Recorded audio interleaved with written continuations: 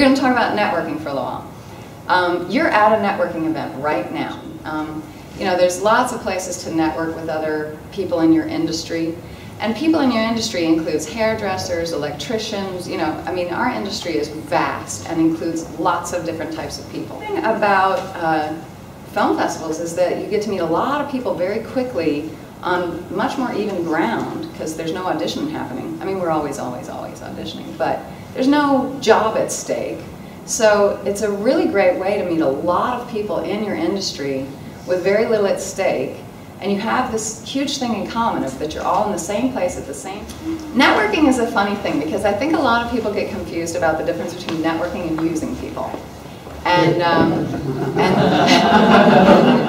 can anybody here not smell it when people are just trying to get something from you? I mean, then it's not sexy.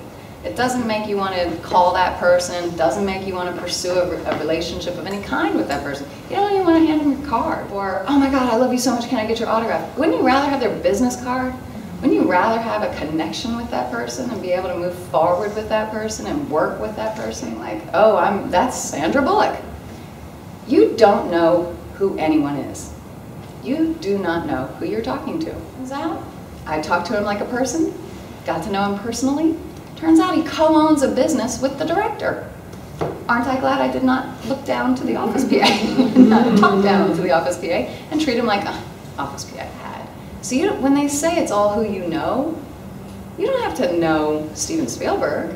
You just have to know somebody that Steven Spielberg finds interesting. You know? You, as a networker, practically speaking, is you want to be equipped to be remembered and to remember. And when you go to networking events, give your card out, but have a pen for when people give you their card. So you want to flip the card over, and this is, the bigger the event and the more people you meet, the more important this is, because trust me, 5 seconds later you will not remember which one was which.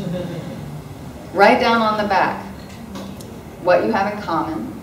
It could be where you met the person or something that came up in conversation. Anything you committed to, like, oh, I'm supposed to email them a link to my reel, or oh, you know, whatever you committed to. I'm supposed to send them 2 tickets to my play. Write that down, and then write down some way to remember. You know, like woolly bearded guy with funny shoes. You know, whatever is the thing that's going to help you remember. Simple. If you do that within a week, then when you have a real reason to contact that person, you won't feel like, oh God, they're never going to remember me. I didn't, you know. Like, you're not going to do all that dating anxiety of when, oh, I didn't call. You know, you meet people, you don't want to talk about your career. And that's how Quentin found out I was an actor, is this guy was a huge fan of mine. Isn't that a much better way than for me to go, oh wow, you're Quentin Tarantino. I feel like I know you. I'm an out-of-work actor. Don't you want to know me? That to me is what the whole networking thing is about, is that you're meeting people. Talk about your hobbies, talk about what you love, talk about the event you're at. You know, if you meet somebody at a wedding, you meet Steven Spielberg or Sandra Bullock or whatever at a wedding or a pool party or a crawfish boil or whatever, talk about that. Be interested and interesting, and try to listen more than you talk.